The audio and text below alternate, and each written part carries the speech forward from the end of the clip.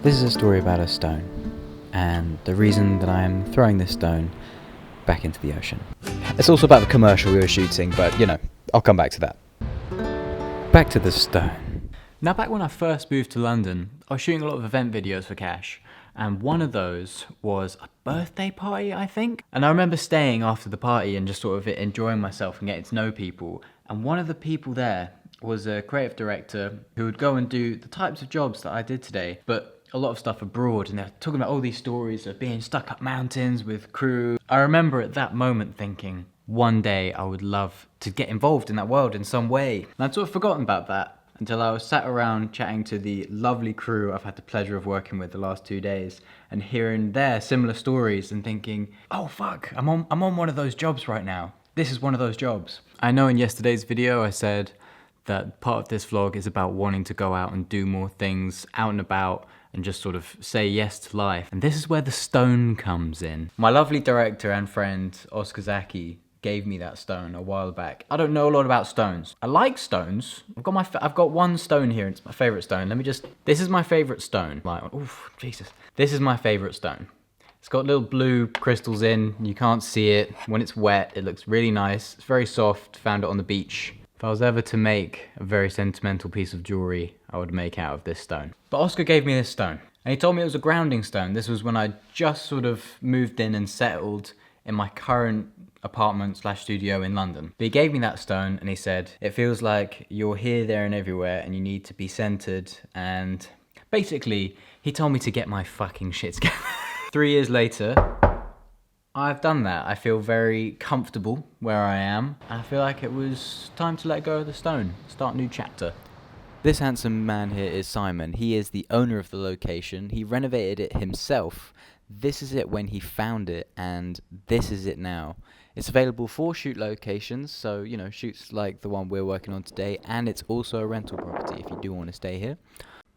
This is the inside, before we descended upon it with all our kit and clothing. My absolute favourite part is the custom-made sink he's put in. On to the crew. This is the creative director.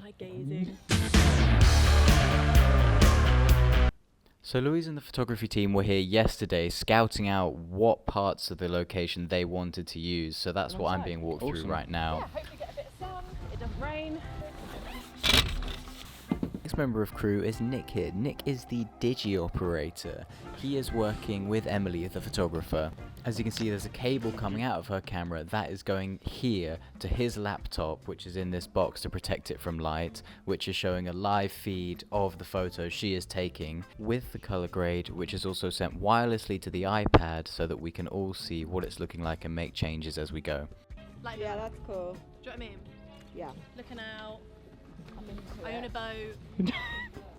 Throughout the day, production will be going back to this clipboard, which is the Bible for the day, which has the breakdown of the deliverables of each shot, what we need to get, what clothes for each shot, who's in it, what angles we want, and videos for social or hero videos. That's the pose we need right there. That's staring off. Yeah, there we go. This handsome man is Joe. Joe is in charge of lighting for today. Now obviously we're not using any lights, we're just using natural light, so he's bouncing it around, and then finally when the sun comes out a little bit later, he's got a scrim. This is just a layer of diffusion that he puts above the model, which breaks up that direct sunlight and gives soft shadows and a soft fill to the face for a nice evenly lit image. As well as getting digital, Emily is also shooting on this bad boy, the medium format RZ67. Okay. We need to get you a radio. Okay, we're safe. Yeah, no, That that's it's, it's sturdy. How are Okay. you? Little spoon. Oh my god. Right, there you Oh my go, god. jump. You okay? Thank you. Yeah, Like, caught my ass. Okay. good. Caught my ass. What's the thought on a daily vlog? Yeah, but Yeah. is it about something about your day or about like a subject matter? It depends if there's an interesting day or not. Something you might not notice when you look at these images in store and online is just how cold the models are. They are wearing jackets just before we take the shoot, and whilst we are shooting, they've got blankets wrapped around their legs and hot water bottles in their hands and hand warmers in their shoes to keep them warm. As if they weren't cold enough, we did need to blow them with a bit more wind just to get that hair moving. I thought this was a great thing, an umbrella on a C-stand, so you can just plonk this above camera and just be shooting all day long. After we wrapped day 1, it was straight back to the hotel, quick game of pool, then bed. Day 2. Oh, the sun is beautiful today. Glorious, glorious sunshine. We just need like 15 more degrees. Yeah. It's spring. Like, you know what I mean? Now, unfortunately, although it was sunnier today, it was also incredibly windy, which basically turned the scrim into a massive sail. And this is one of the many reasons why people who work in lighting have biceps bigger than my head. Just as quickly as the sun came, the sun had gone. So a quick lunch break and the massage gun came straight out. Oh, Christ. Oh yeah. You like that, don't you? I don't like it. I love it. Okay, last bit. Okay, go. After the traditional rain dance, the sun came out and we were wrapped for the day.